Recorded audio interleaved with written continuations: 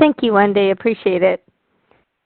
So a little bit more information about myself here. I have a number of certifications, and I also teach at a number of universities. I teach project management, risk management, and agile.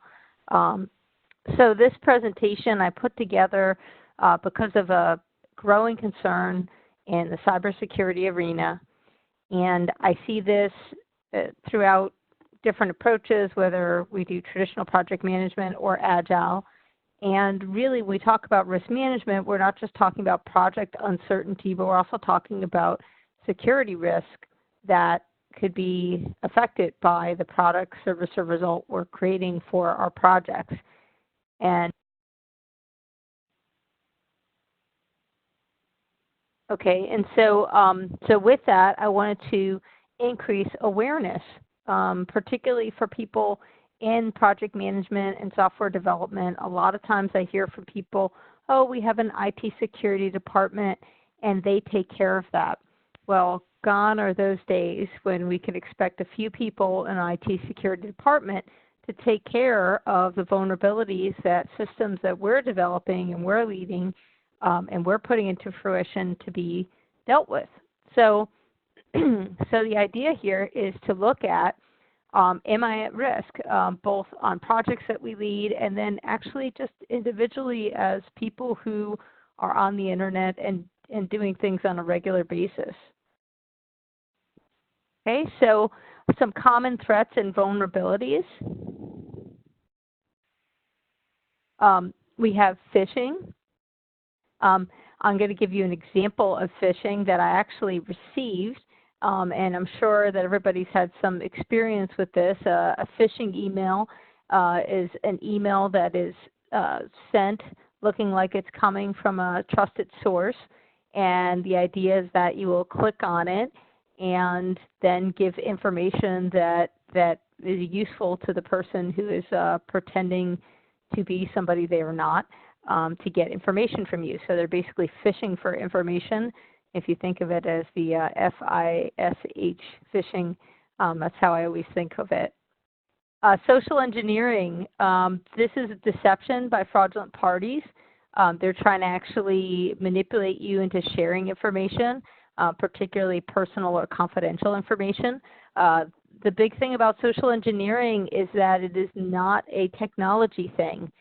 People think everything IT security or cybersecurity related is technology. Social engineering, somebody will actually call you on the phone and then they might ask you to go to a certain website to complete some information, and what they're actually doing is getting access to your computer.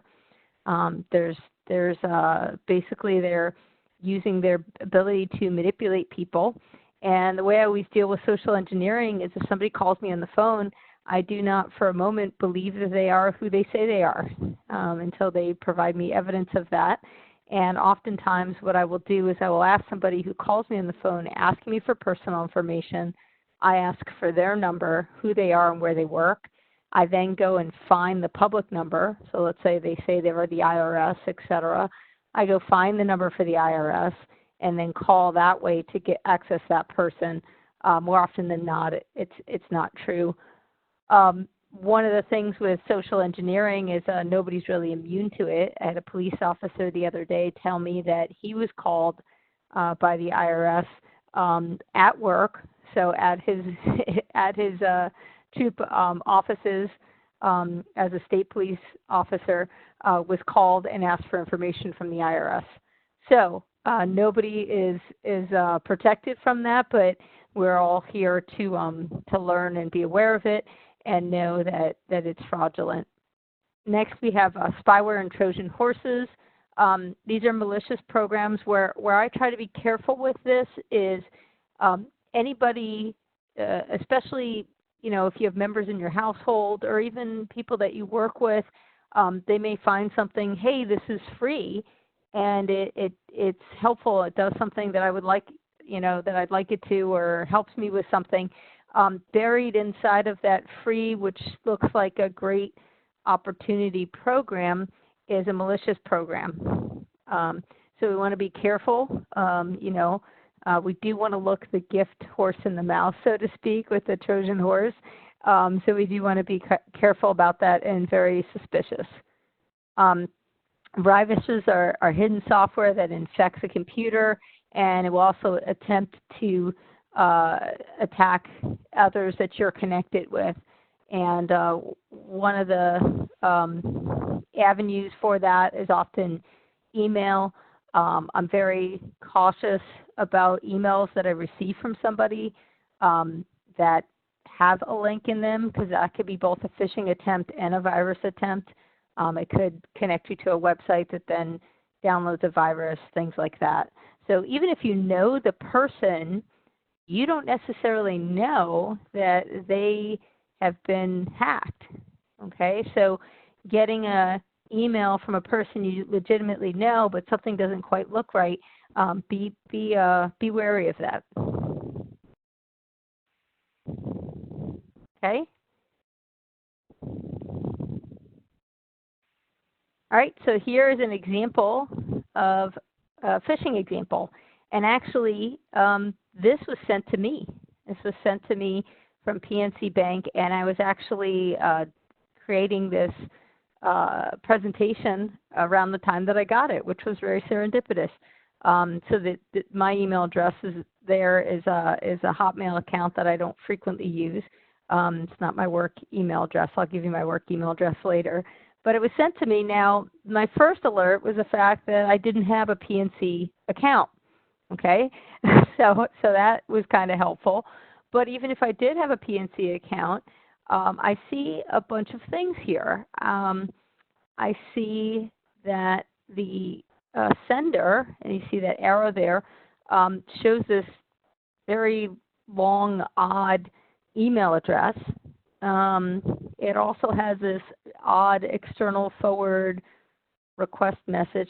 There's just some oddities here. The phishing emails tend to be very aggressive. Your PNC account will be deactivated. Okay, so that's a very aggressive thing. And then it points to a button to activate it. Okay, so you want to be leery of this. If you get an email like this and you actually do have that bank account, what I tend to do if I get an email from a bank account, I don't click on any link. I go to the bank site and I log in as I normally would, and I look for my messages there. Most of these accounts will have some sort of messaging system once you log in, and I found that to be the most helpful way to go about dealing with it. But you can see here, this looks very legitimate. Okay, so let's take a closer look is what I'm suggesting. And you even see things like it says the PNC Financial Services and things like that. There's definitely things that make it look legitimate. If you hover over the link, you might notice on the bottom left, if you're hovering over a link, you'll... Hi there, hope you enjoyed that last clip. My name is Michael Maludis, and if you'd like to watch the full 60 minutes of that last webcast, while also getting complete unlimited access to our entire library of IT learning, simply visit our subscribe page at greatpro.org/subscribe. Unlimited annual access is $199 per year, but if you use the coupon code LEARN2EARN, you can drop that membership fee to just $149. That's less than $13 per month for unlimited access to over 1,000 hours of on-demand career development, covering the entire spectrum of IT management best practices, including business analysis and requirements, software development, quality and testing, risk management, process improvement, project management, and even digital transformation. But your membership doesn't just give you unlimited access to our vast learning library. You also get free access to our mobile app, as well as direct access to our network of over 300 of the world's leading IT consultants, all of whom are dedicated to putting practical knowledge at your fingertips so that you can learn more and earn more. I hope you will join me in becoming a member of the Great IT Professional and advancing your career with us. And if you're on YouTube, don't forget to hit that subscribe button above so that you get notified whenever we publish new free webcasts each week of the year. Thank you for your time and best wishes for your continued success.